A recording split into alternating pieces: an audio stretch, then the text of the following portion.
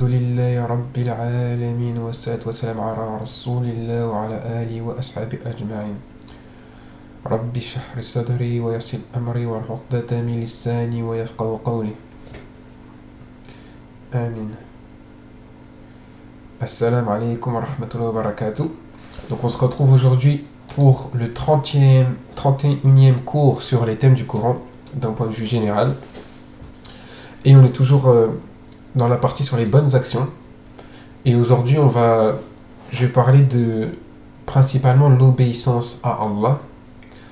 Quelle mentalité, quel état d'esprit le musulman il doit avoir quand il s'agit d'obéir à Allah. Parce qu'on est dans une époque où justement l'obéissance à Allah est beaucoup remis en cause.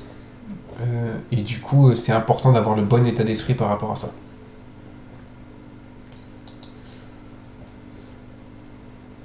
Alors, déjà, vous vous rappelez, il y a quelque temps, on a vu la foi dans le messager, notre prophète, alayhi salam, et on avait vu cette ayah, et du coup,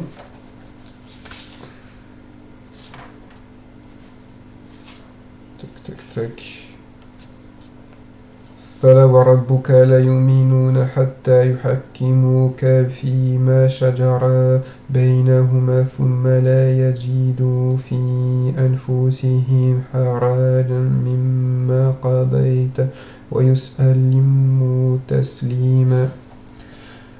Et on avait vu, comme je viens de le réciter, que notre messager, c'est lui qu'on doit prendre comme juge quand on a une affaire, quand on a un problème, quand on a une dispute. C'est lui qu'on doit voir, c'est à lui qu'on doit se référer pour juger, pour savoir ce qu'on doit faire ou ne pas faire.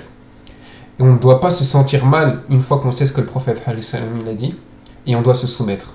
Donc ça, c'est ce qu'on avait vu la dernière fois, et on va continuer. Parce qu'Allah il continue, après cette ayah bien sûr, la sourate n'est pas finie, c'est sourate An-Nisa, et il va continuer dans ce sens-là, Allah, avec la ayah 66. Donc dans la ayah d'avant, Allah il jure par lui-même que tu n'as pas la foi si tu n'obéis pas au messager, si tu ne le prends pas comme référence pour savoir ce que tu dois faire ou pas faire. Et ici il dit وَلَوْ أَنَّ كَتَبْنَا عَلَيْهِمْ أَنْ يَقْتُلُوا أَنفُسَكُمْ أَوْ يَخْرُجُوا مِنْ دِيَارِكُمْ مَا فَعَلُوهُ إِلَّا قَلِيلٌ مِنْهُمْ وَلَوْ أَنَّهُمْ فَعَلُوا مَا يُوعَظُونَ بِهِ لَكَانَ خَيْرًا لَهُمْ وَأَشَدَّ تَثْبِيتًا. Si on leur avait demandé, si on l'avait rendu obligatoire de se tuer eux-mêmes, donc se tuer soi-même, c'est quoi? C'est le suicide. Si on leur avait rendu obligatoire le suicide ou de sortir de leur demeure, de devenir sans abri, ils ne l'auraient pas fait. Alors maintenant, je vais vous poser une question directement. Est-ce que c'est des choses normales à demander à quelqu'un de se suicider ou de devenir sans abri? Est-ce que c'est quelque chose qu'on demande normalement à quelqu'un de devenir sans abri ou de se tuer?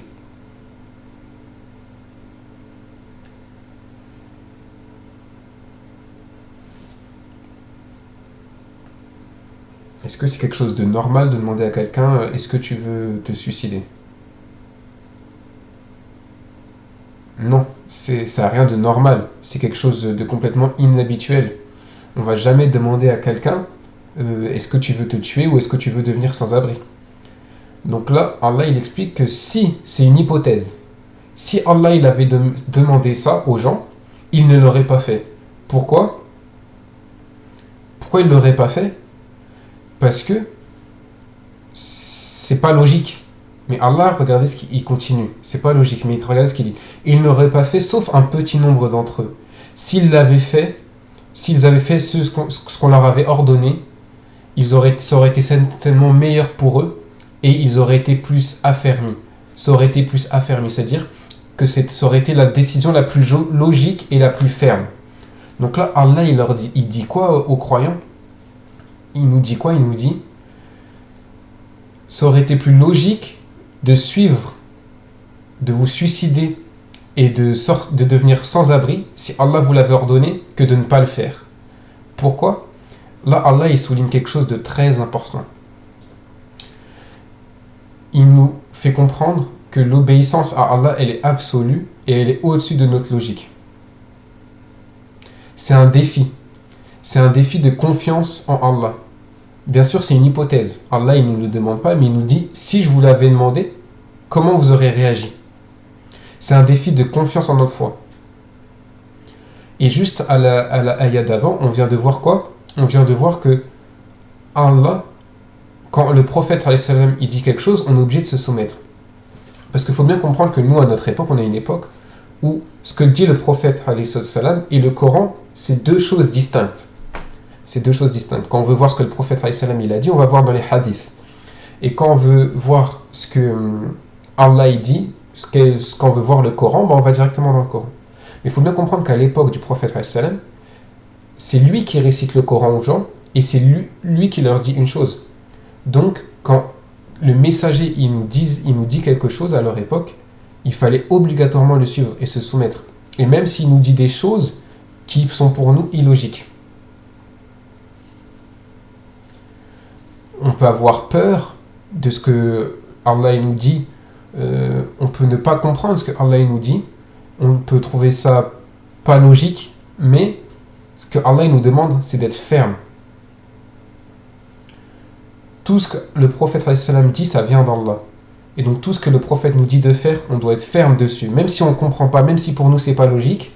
Et tout ce que Allah nous dit, on doit être ferme dessus et suivre. C'est ça le vrai croyant. Et on va voir plusieurs points sur les étapes de l'obéissance en Allah et au messager. Le premier point, on va voir plusieurs points plutôt. Le premier point, c'est être ferme sur sa croyance. Il faut rester confiant en ce quoi on croit. Il faut rester confiant en ce quoi on croit. Et la croyance, on pourrait la diviser en deux parties. Donc ça, il faut bien noter. La croyance pourrait le diviser en deux parties. La croyance intellectuelle et la croyance émotionnelle. La croyance intellectuelle, c'est la raison, c'est dans le cerveau, et la croyance émotionnelle, c'est plus dans le cœur. La croyance intellectuelle, c'est ce dont je vous avais parlé dans les cours précédents, les raisons, certaines raisons que le Coran il est incroyable. Quand je vous ai parlé de la sourate Nuh, avec les versets sur la lumière, quand je vous ai parlé de ce qui est incroyable dans le Coran, etc. Ça, c'est pour avoir avoir une foi intellectuelle. Ça construit notre foi de manière intellectuelle. Donc, on se dit, ok, ça c'est sûr que ce Coran, ça vient d'Allah. Et c'est sûr que le prophète Mohammed, c'est son messager. Mais émotionnellement, c'est est-ce que quand on a peur de faire quelque chose, mais qu'on sait que ça vient du messager d'Allah, ou que ça vient du Coran, est-ce qu'on le fait quand même ? Ça, c'est la foi émotionnelle. Est-ce que quand on a peur, est-ce qu'on a peur d'être jugé, on ne veut pas être jugé ? Est-ce que quand on est stressé, ou quand Allah il nous demande de faire quelque chose qu'on n'aime pas particulièrement, est-ce que on le fait quand même ou on le fait pas ? Ça c'est la foi du cœur. Et Allah, ce qui teste dans la ayah d'avant qu'on vient de voir, la ayah qu'on vient de voir, quand il nous dit est-ce que si je vous demande de vous tuer ou d'être sans abri, vous allez le faire ? C'est pas la foi intellectuelle, parce qu'il parle aux croyants. Ici, il dit c'est la foi du cœur. Est-ce que votre foi du cœur, elle est réelle ? Ou si je vous demande quelque chose que vous comprenez pas, vous n'allez pas le faire ? Et ça, c'est une vraie question. Pour être un vrai croyant, il faut bien comprendre que une fois qu'on sait que ça vient d'Allah ou du prophète, on place complètement notre confiance en eux. Parce qu'on sait que ça vient d'Allah, celui qui a créé l'univers entier. Donc, ça, ce qui est testé tous les jours en tant que musulman, c'est surtout le cœur. C'est le cœur qui est testé. Est-ce qu'on va obéir ou désobéir avec la pression, avec les gens qui nous regardent, avec la famille qui nous regarde, avec les gens, avec toutes ces pressions qu'on a, ou est-ce qu'on va obéir malgré que ça soit peut-être quelque chose qu'on n'aime pas ? C'est ça la vraie question. Et c'est possible qu'en obéissant au prophète, on soit vu comme des gens de bizarres ou comme fous. Euh, que, que si on nous voit mettre nos pieds dans l'évier pour faire les ablutions, on nous trouve bizarres. Mais nous, ça ne doit pas nous impacter. Il faut bien comprendre que tous les prophètes, ils n'ont jamais été acceptés par le peuple dans lequel ils ont été. La plupart des messagers, en tout cas, ils ne sont pas acceptés. Dans le Coran, on le voit. Et à chaque fois, ils sont maltraités par leur peuple. Parce que nous, quand on suit le prophète, on représente la vérité. Et cette vérité, elle ne plaît pas. Et du coup, les gens vont nous traiter de gens bizarres, d'extrémistes, de fous. Mais ça, c'est tous les messagers. Tous les messagers, c'est ça. Et nous, comme on suit les messagers, eh ben, on va avoir ce même lot de ne pas s'intégrer dans la société. Et tout le monde aime être intégré, ne pas être vu différemment. Mais c'est notre fardeau. Le prophète, il l'a dit dans un hadith, l'islam a commencé étranger et elle finira étranger. On est anormaux dans cette société. On n'est pas des gens normaux quand on suit notre prophète. Et même dans un pays musulman, celui qui va à la mosquée tous les jours, qui lit le Coran tous les jours, il ne va pas être considéré forcément comme quelqu'un de normal. Dans beaucoup de pays musulmans, en tout cas, ça va être l'exception. Et donc, c'est cette maladie du cœur et être ferme sur cette croyance. On est dans une époque où malheureusement, beaucoup de musulmans, on a perdu les deux. On a perdu notre foi intellectuelle. Même logiquement, on ne sait pas pourquoi on est musulman. Et la foi du cœur aussi. Dès qu'on est dans une situation de pression, de peur, eh ben, on arrête de suivre Allah et son messager. Finira étranger dans le sens où, pour les gens, l'islam va redevenir quelque chose d'étrange. En fait, l'islam au début, c'était une minorité. Quand le prophète il est venu, c'était quelque chose d'étrange. Personne ne suivait l'islam. Après, ça va être répandu, ça s'est répandu dans le monde entier. Donc les gens, ils savent c'est quoi le vrai islam. Et vers la fin des temps, les gens qui suivront vraiment l'islam, eh ben, ils vont être vus bizarrement, même par des musulmans. Ils vont se dire, oh mais t'abuses, t'es pas obligé de prier autant, t'es pas obligé de lire le Coran autant, etc. Ils vont être vus bizarrement, ils vont redevenir des étrangers. Voilà ce que ça veut dire. Donc l'objectif, c'est de ni perdre la foi intellectuelle, ni perdre la foi du cœur. Et comment mon prof voit ça, c'est que d'abord, tu construis ta foi intellectuellement. Pourquoi tu crois en Allah, pourquoi tu crois au Coran. Et une fois que c'est construit intellectuellement, tu construis la foi du cœur. Tu renforces avec le cœur. Et le Coran fait les deux. Le Coran renforce la foi du cœur et la foi intellectuelle, étant donné que c'est la parole d'Allah, c'est la meilleure des choses, pour renforcer sa foi.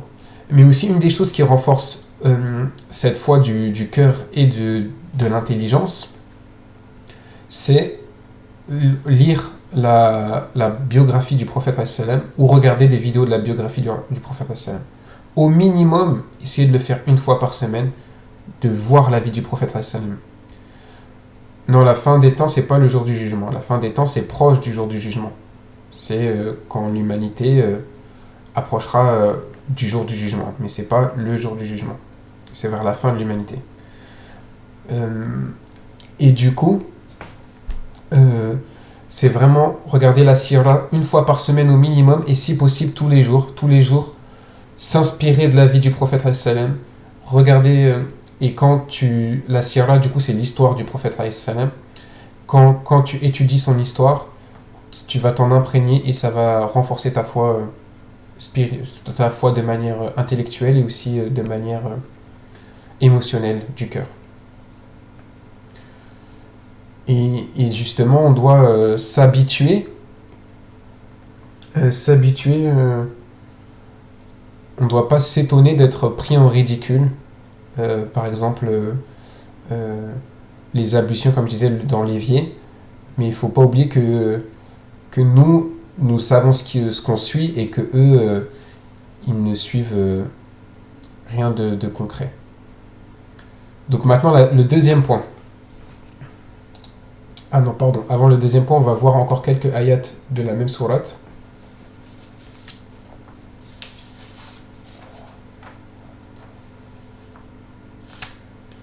وَإِذَا لَاتَيْنَهُمْ مِنْ لَدُنَّا أَجْرًا عَظِيمًا وَلَهَدَيْنَهُمْ صِرَاطًا مُسْتَقِيمًا وَمَنْ يُطِعِ اللَّهَ وَرَسُولَهُ فَأُولَئِكَ مَعَ الَّذِينَ أَنْعَمَ اللَّهُ عَلَيْهِمْ من النبيين والصديقين والشهداء والصالحين وحسن أولئك رفيقا.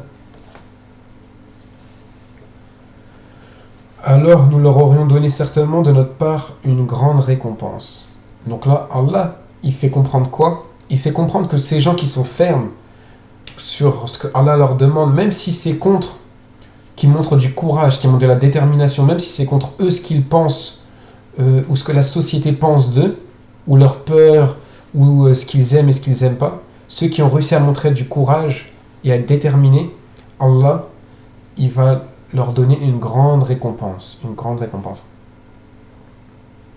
Car il sait que ces gens-là, ils ne sont pas comme tout le monde. C'est des gens qui ont réussi à combattre leur peur et à placer complètement leur confiance en Allah. Allah, il connaît notre envie d'être comme tout le monde, d'être intégré, d'être normal. Et il sait que suivre son messager et suivre ce qu'il demande va nous faire sortir de cela. Et il sait que c'est quelque chose de dur. Et c'est pour ça comme il nous demande quelque chose de dur, en contrepartie, il y a une grande récompense. Ensuite, il dit, et nous les aurions guidés, certes, vers un droit chemin. Donc là, on parle de croyants. Donc les croyants sont déjà guidés. Pourquoi Allah il dit qu'il va les guider encore? En fait, Allah il dit que une fois que ces croyants ils vont faire quelque chose qui est dur pour eux, Allah il va leur faciliter de faire d'autres choses qui sont dures pour eux. Il va les rendre fermes sur leurs actions, sur le fait de suivre Allah et son messager. Il va les rendre fermes sur cela et il va leur faciliter, il va les guider dans les prochaines épreuves qui leur attendent, dans les prochaines choses que Allah va leur demander. Parce que plus tu obéis à Allah et plus tu obéis au messager, plus tu vas être être à l'écart de la société, dans le sens où les gens ne vont pas forcément aimer ce que tu fais, vont te trouver bizarre, anormal, et plus ça sera dur pour toi, et donc Allah te dit qu'il va te faciliter, il va te guider sur ce chemin-là.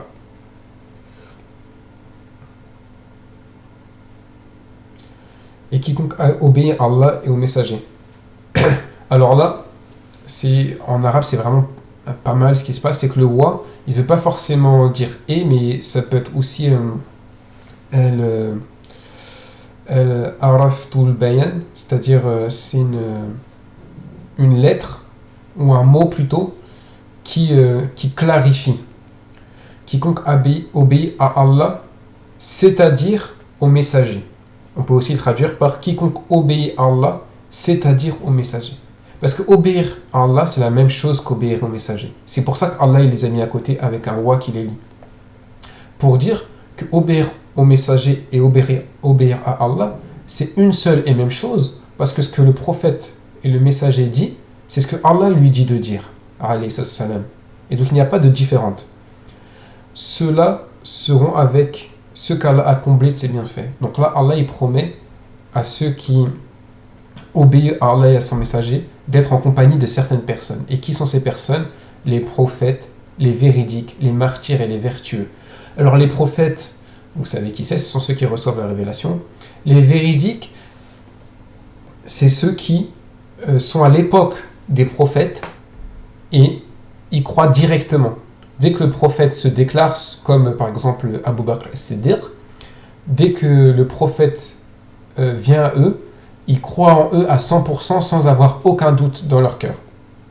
Les martyrs, donc là c'est ceux qui meurent pour Allah, ceux qui ont combattu pour Allah et qui sont morts, et les vertueux, et du coup les vertueux c'est ceux qui font des bonnes actions et qui pour cela seront récompensés par le paradis.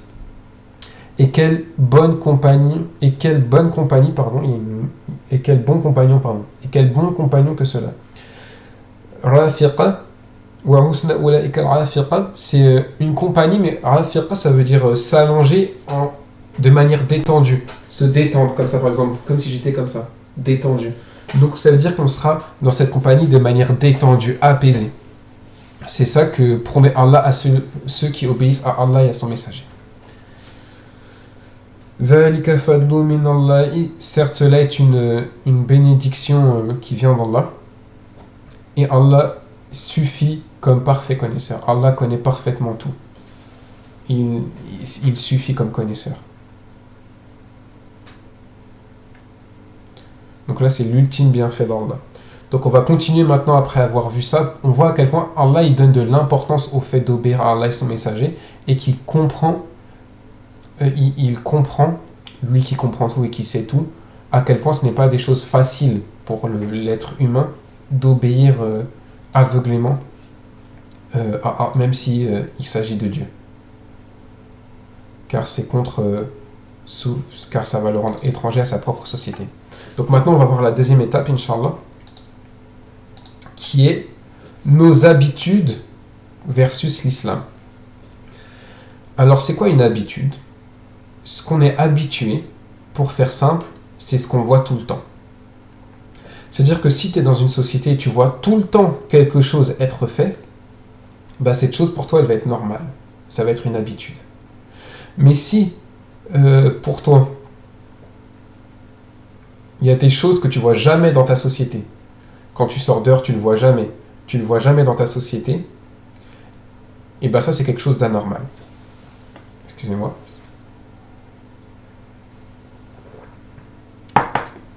Mais du coup, Allah il nous demande de faire des choses qui ne sont pas normales pour notre société. Et on doit avoir la force et la conviction de comprendre que c'est ce que Allah il nous demande qui est normal, même si le monde entier ne le fait pas. Ça c'est la deuxième chose à comprendre très importante. La deuxième chose à comprendre très importante, c'est que même si ce qui est normal pour nous, c'est ce que Allah nous a demandé, pas ce que les gens y font. Porter le voile.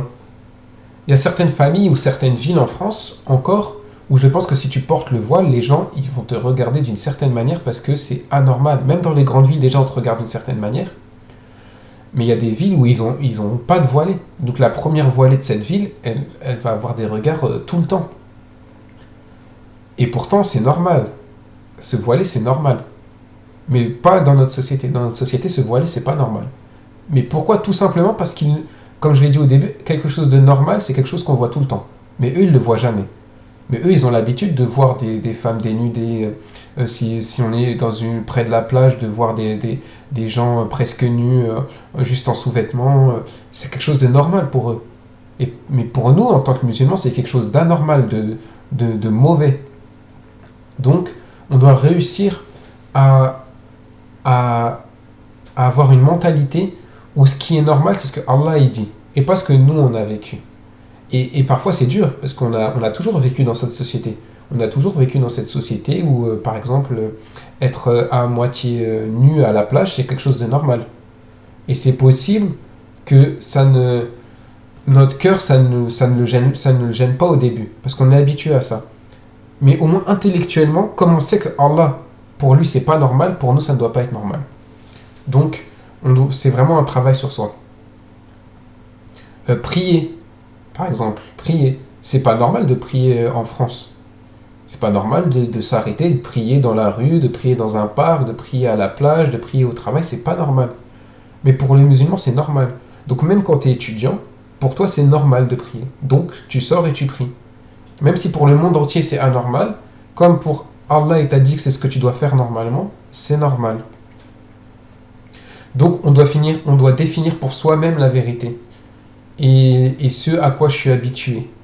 On doit bien faire la distinction dans notre tête, ça je suis habitué à ça parce que j'ai grandi en France, et ça, c'est ce que l'islam, c'est ce qui est vraiment normal, c'est ce qui est la vérité. On doit vraiment réussir à faire la distinction. Et il y a sur certains sujets où ça devient même compliqué. L'homosexualité par exemple. L'homosexualité, pour nous, en tant que musulmans, c'est quelque chose qui est loin d'être normal et qui est grave, qui est mauvais. C'est un acte terrible. Mais si tu dis ça à des gens de notre époque, maintenant, ils vont dire non, mais attends, mais l'homosexualité, on est en 2023, c'est normal, qu'est-ce que tu racontes? Pourquoi tu trouves ça bizarre? Euh, c'est quelque chose qui est célébré, c'est quelque chose qui est fêté, c'est quelque chose qui est mis en avant, c'est quelque chose qui est défendu.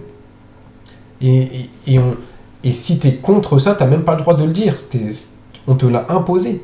Et pourtant, tu reviens 80 ans, 70 ans, 100 ans en arrière, c'était quelque chose de très mal vu. Donc eux, ce qui est normal, ça change pour eux. Mais pour un musulman qui connaît la vérité, ça ne change pas. Pour nous, l'homosexualité, c'est quelque chose de mal, c'est un mal pour la société. Mais il ne faut pas aller non plus dans l'autre extrême. C'est-à-dire que le musulman, il ne déteste pas les homosexuels. Et il n'est pas gêné par leur présence et mal à l'aise. Lui, ce qu'il déteste, c'est leur acte. L'acte qu'ils font, il est détesté par Allah. Et donc, nous, on déteste cet acte. Mais c'est pas pour ça qu'on va détester les personnes et on va leur souhaiter du mal. Il faut bien faire cette distinction.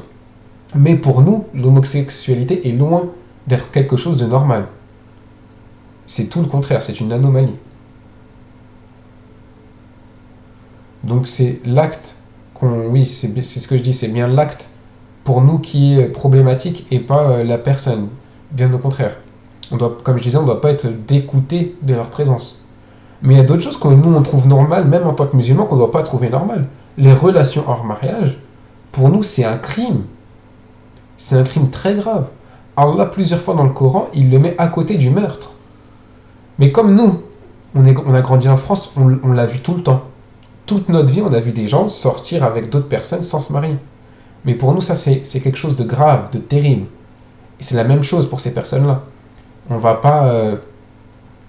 c'est pas parce que tout le monde le fait que pour nous, c'est normal. Pour nous, ça doit toujours être un crime grave, un crime terrible.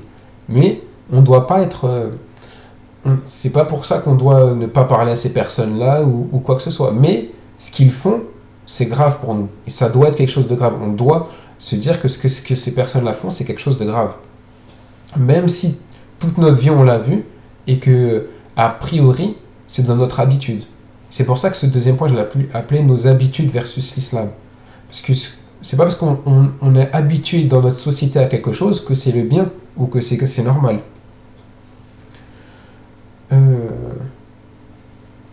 Voilà, faut bien comprendre. Après, toujours par rapport à ce qui est obligatoire et pas obligatoire. Je vais faire une petite parenthèse qui est importante aussi. C'est toujours dans le même contexte. Hein. Vous allez comprendre. Ce qui est halal n'est pas obligatoire. Ça, c'est un point très important. C'est-à-dire que les cacahuètes ou les épinards. Les épinards, c'est halal. Moi, j'aime bien les épinards. Mais est-ce qu'il y a quelqu'un, c'est possible, il n'aime pas les épinards? Oui, il y a quelqu'un que c'est possible qu'il n'aime pas les épinards. Mais pourtant, il n'a rien fait d'interdit. Tu vas pas l'obliger à manger des épinards parce que c'est halal. Non. Quelque chose de halal n'est pas obligatoire. C'est pas obligatoire de le faire. Par contre, tu peux pas dire que c'est mauvais. Quelque chose qui est halal, t'as pas le droit de dire que c'est mauvais. Tu peux pas dire manger des épinards, c'est mauvais pour toi. Sauf s'il a une maladie, mais je parle bien en cas général. C'est mauvais, en islam, c'est mauvais de manger des épinards. Non, tu peux pas dire ça, parce que tu sais que c'est halal. Toi, t'aimes pas les épinards, mais tu peux pas dire aux autres, c'est mauvais les épinards, tu n'en prends pas. C'est des goûts personnels. Donc ce qui est halal, ça peut dépendre des goûts personnels. Tu peux le faire, ou tu peux ne pas le faire. Et tu peux être personnellement pas confortable avec ça. Tu peux personnellement pas aimer ça. Mais tu peux pas dire à quelqu'un qui mange des épinards, c'est pas bien ce que tu fais. Donc ça, c'est une distinction très importante. Et ce qui est haram, ce qui est interdit, par contre là, on n'a pas le choix, on peut pas le faire. Ce qui est haram, on peut pas le faire. Maintenant, la polygamie. C'est pour ça que j'avais préparé le terrain. La polygamie, c'est halal. Ok, c'est halal, très bien. Mais nous, c'est pas du tout dans nos habitudes en Occident et en France. Pour la plupart des gens, c'est pas dans nos habitudes. Mais comme c'est halal, c'est comme les cacahuètes. Est-ce que je suis obligé d'aimer les cacahuètes? Non, je suis pas obligé d'aimer les cacahuètes. Moi, si pour moi la polygamie, j'aime pas trop ça. C'est pas dans mes habitudes. J'ai du mal à comprendre. Si je suis marié avec une deuxième femme, j'aurais l'impression de tromper ma première femme. J'ai le droit de ressentir ça. Mais par contre, ce que j'ai pas le droit, ce que j'ai absolument pas le droit, c'est que si quelqu'un il a plusieurs femmes, c'est de lui reprocher. Parce que c'est permis dans notre religion. C'est halal dans notre religion. Donc j'ai pas le droit de reprocher à quelqu'un de faire quelque chose de halal. Peut-être que je peux lui reprocher ce qui est autour. Peut-être il néglige sa deuxième femme. Peut-être qu'il fait n'importe quoi avec sa deuxième femme. Peut-être qu'il en néglige une. Ok, ça j'ai le droit de lui reprocher. Mais j'ai pas le droit de lui reprocher le fait en soi qu'il se soit marié à plusieurs femmes. Parce que c'est halal. Moi peut-être que j'aime pas. Comme j'aime pas les cacahuètes qui sont halal, comme j'aime pas les épinards qui sont halal. Dans un exemple, hein. Dans la vraie vie, j'aime bien les épinards et les cacahuètes. Mais j'ai le droit de personnellement pas aimer la polygamie. Mais je ne peux absolument pas reprocher à quelqu'un la polygamie. Et pareil, par exemple, si un musulman il veut être végétarien, parce que ça lui déplaît de tuer des animaux, il a le droit. Mais il ne peut pas reprocher à un autre musulman de manger de la viande. Parce que c'est halal. Allah il a dit c'est halal. Si elle est traitée de la bonne manière, cette viande est halal. Donc, tu ne peux pas reprocher à quelqu'un de manger de la viande. Si toi, ça te déplaît de manger de la viande pour x, y raison, tu n'aimes pas ça, bah, tu as le droit de dire moi je ne mange pas de viande. Mais tu ne peux pas dire que c'est mauvais. Donc ça, j'espère que c'est vraiment important parce que là, je parle vraiment de choses de la vie de tous les jours qui nous impactent et c'est vraiment des choses à comprendre. Et dans beaucoup de cultures, justement, il y a des choses auxquelles on est habitué, des choses auxquelles on n'est pas habitué. Il faut bien faire attention, justement, à cette vision qu'a l'islam sur ces choses-là. On va arriver au troisième point. Tout ce que Allah ou le prophète dit est bon et normal. Donc là, je vais continuer sur la polygamie. Notre prophète, il a eu 4 femmes. Donc forcément, ce qu'il a fait, c'est bon et c'est bien. Quand je sais que le prophète il a fait quelque chose, je ne peux pas douter une seule seconde dans ma tête, ou quand Allah dit quelque chose, je ne peux pas douter une seule seconde que c'est quelque chose de mal. C'est impossible. C'est ça notre croyance. Tout ce que le prophète a fait, j'aime, et c'est la meilleure des choses qui aurait pu être faite. Pourquoi ? Parce que c'est l'envoyé de Dieu. C'est l'envoyé de Dieu. Donc ce qu'il fait, c'est mieux que ce que moi j'aurais pu faire, et j'aime ce qu'il fait. Donc on n'est pas inconfortable, on n'est pas gêné que notre prophète il ait plusieurs femmes. Si on est gêné, c'est-à-dire qu'on a un problème dans notre foi. Si on est gêné que notre prophète il a plusieurs femmes, ou d'autres choses qui sont sûres qu'il a fait, si on a un problème avec ça, c'est qu'on a un problème dans notre foi. Peut-être que pour moi ça va pas, peut-être que moi je me sens pas capable d'avoir plusieurs femmes, peut-être que je comprends pas le principe, mais si le prophète l'a fait, c'est que c'est bon et que c'était une très bonne chose. Et j'aime que le prophète il ait fait ça. J'ai aucun problème avec ça. Et du coup, comme le prophète il a eu plusieurs femmes, ça fait qu'on a eu plusieurs mères, pardon. Comme vous savez, les femmes du prophète sont nos mères. Donc nous, on est une religion de Samirna wa Ata'na. On entend et on obéit. Oui, ça peut choquer, ça peut choquer les gens, ça peut surprendre les gens, mais une fois qu'on sait que ça vient d'Allah et de son messager, on entend, on obéit. On ne pose pas de questions, on ne commence pas à parler, on entend, on obéit, ça vient du prophète ok, j'obéis. Ça vient d'Allah, j'obéis. C'est ça l'attitude du musulman. Et c'est ça que Allah nous a montré dans la ayah qu'on a vue. Obéissez à Allah et son messager. C'est ça, c'est comme ça qu'on va être avec les prophètes, les véridiques, les martyrs et ceux qui ont fait des bonnes actions. 4e point maintenant. Il y a 6 points en tout, Inch'Allah. Comprendre clairement le prophète. Comme on est obligé d'obéir au prophète, c'est important de comprendre clairement le prophète.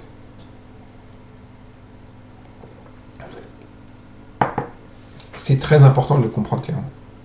Première des choses, quand on me dit quelque chose sur le prophète,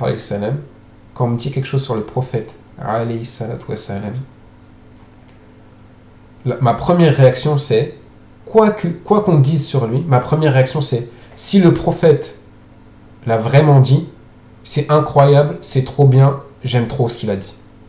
J'aime trop ce qu'il a dit, j'aime trop ce qu'il a fait. Si c'est vrai ce que tu me dis sur le prophète, quoi que ce soit qu'il ait dit, j'aime trop ça, c'est trop bien, c'est la meilleure des choses. Maintenant, le deuxième point, c'est de vérifier. De vérifier si c'est authentique. Donc, ma première réaction, c'est de dire si c'est vrai, j'aime trop ça. Après, je vérifie si c'est vrai.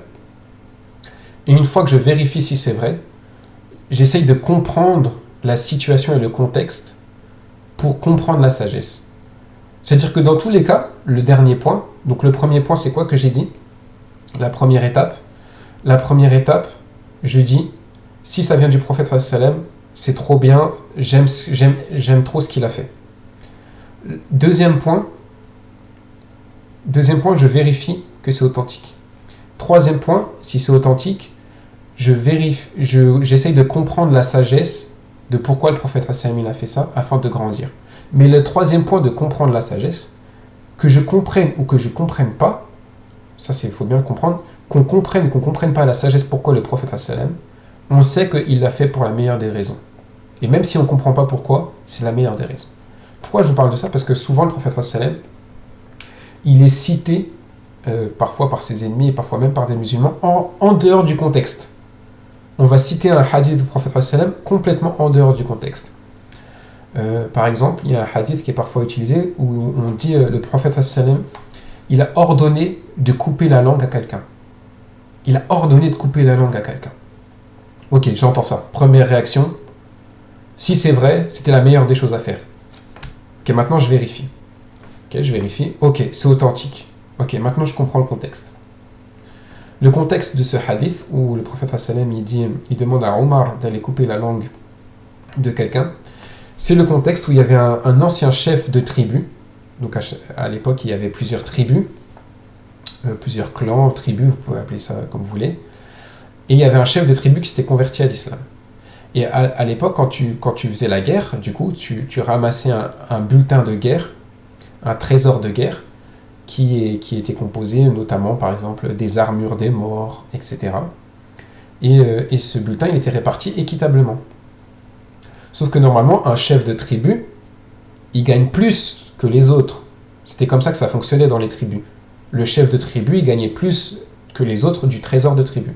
Mais maintenant qu'il est musulman, il est comme tout le monde, il a le même niveau que tout le monde. Donc, il a gagné pas plus que les autres.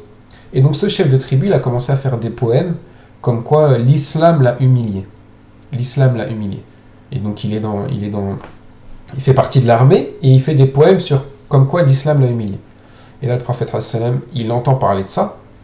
Et donc, qu'est-ce qu'il se dit? Il se dit, c'est dangereux, ça va démoraliser les troupes. Ça va démoraliser les troupes, faut que je le fasse arrêter de parler, arrêter de répandre ces poèmes qui critiquent l'islam. Donc, qu'est-ce qu'il va faire? Il va dire à Omar, coupe-lui la langue. Et il va lui donner de l'argent. Et en fait, Omar, ce qu'il va faire, c'est qu'il va donner un sac d'argent, il va donner un sac de pièces ou d'argent, en tout cas il va lui donner de l'argent pour qu'il se taise. Parce que c'est trop dangereux pour une armée d'avoir quelqu'un qui commence à critiquer, qui critique l'armée en fait, qui critique la politique de l'armée. Et donc, couper la langue, ici ça voulait dire le faire taire, pour qu'il arrête de répandre des mensonges sur l'islam et des critiques mensongères sur l'islam. Et du coup, quand on comprend le contexte, on comprend la sagesse. Mais il faut bien comprendre que des hadiths comme ça, il peut y en avoir plein. C'est facile de sortir quelque chose du contexte.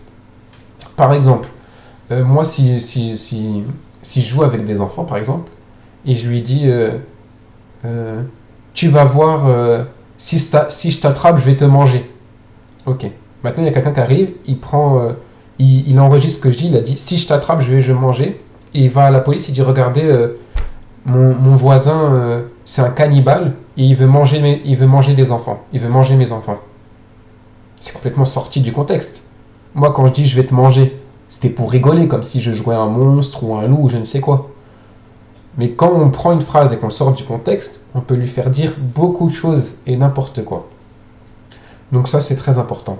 Donc maintenant, je vais vous demander, c'est quoi les 3 étapes quand on nous parle du prophète sallam? C'est quoi les 3 étapes qu'on doit notre processus de pensée quand on nous parle du prophète sallam?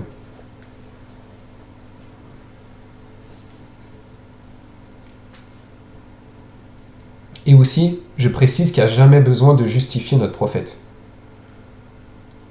Quand on recherche le contexte, c'est juste pour nous comprendre la sagesse. Mais c'est jamais pour le justifier. On n'a pas besoin de justifier notre prophète. Notre prophète, c'est le messager d'Allah. Rien que le fait que ce soit le messager d'Allah, c'est une justification pour ce qu'il fait. Nous, ce qu'on veut, c'est comprendre ses sagesses pour s'en imprégner et devenir meilleur. Et se rapprocher de lui, Inch'Allah. Alors, est-ce que vous vous rappelez des 3 étapes ou pas? Alors, qu'est-ce qu'on a? Croire et obéir. Croire et obéir. Vérifier la source. Voir le contexte. Au lieu de croire et obéir, je rajouterais juste croire si c'est authentique. Je crois si c'est authentique. Je crois et j'aime ce que le prophète a fait si c'est authentique. En deuxième, je vérifie si c'est authentique. Et une fois que je vérifie, j'essaye de comprendre le contexte pour en tirer les sagesses. Maintenant, le 5e. Le 5e point et le 6e point, c'est 2 mauvais scénarios qui peuvent arriver quand on essaye d'obéir à Allah et à son messager. J'ai un peu spoilé. Le 5e, c'est éviter les citations hors contexte. Donc c'est un peu lié au 4e. C'est maintenant qu'on sait les dégâts que ça peut faire de citer le prophète sans contexte. Il ne faut pas le faire. Il faut pas le faire. Que vous soyez un savant, un étudiant ou même quelqu'un de lambda, ne citez pas un texte du prophète hors du contexte. Hors du contexte. C'est très dangereux. Très très dangereux, ça peut être compris de plusieurs manières. Et même si vous croyez que le hadith, il est clair. Parce que le hadith, il est clair, ça aussi c'est très dangereux. Parce que par exemple, imaginez, vous connaissez un hadith qui parle de la prière. Et il y en a 15 autres qui parlent de la prière. Et vous parlez que d'une seule. La conclusion que la personne va avoir sur la prière, c'est-à-dire quoi? Vous pouvez être plus précis dans la question? Hors du contexte. C'est-à-dire qu'il ne faut pas juste parler d'un hadith comme ça, hors du contexte. À qui le prophète il l'a dit? Pourquoi il l'a dit? Qu'est-ce qui se passe en fait? Quand notre prophète il dit quelque chose, il le dit à quelqu'un, il le dit à un moment donné. Il ne le dit pas juste comme ça, il y a un contexte pour comprendre le hadith. Et ben c'est de ça que je parle. Il vaut mieux éviter de juste parler des hadiths comme ça en les sortant du contexte, parce que si on les sort du contexte, certains hadiths, et ben la personne peut comprendre plein de choses différentes. Comme je vous ai donné l'exemple avec les enfants. Si une phrase que je dis avec des enfants ou que je dis à quelqu'un pour rigoler, vous le sortez de son contexte, ben ça voudra dire complètement autre chose. Donc ça c'est le premier, c'est la première chose qu'on doit éviter.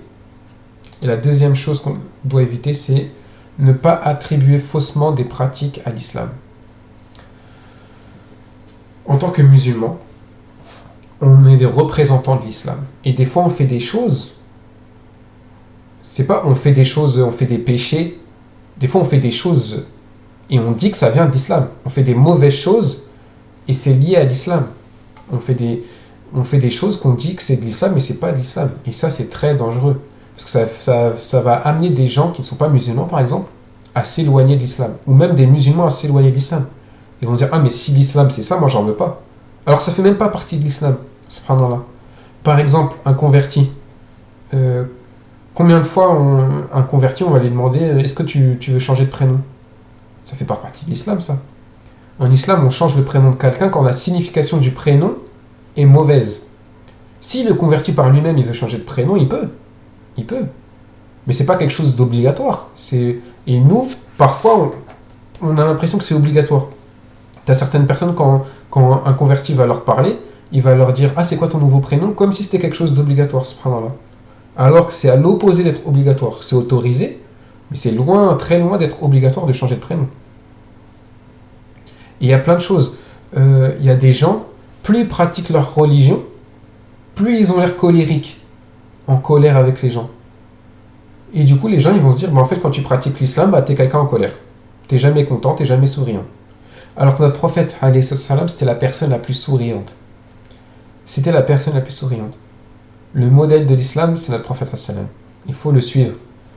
Tu ne peux pas apprendre de plus en plus dans la religion et être de plus en plus en colère et de moins en moins heureux et de moins en moins souriant, alors que notre prophète, alayhi salam, notre modèle, c'était la personne le plus souriant.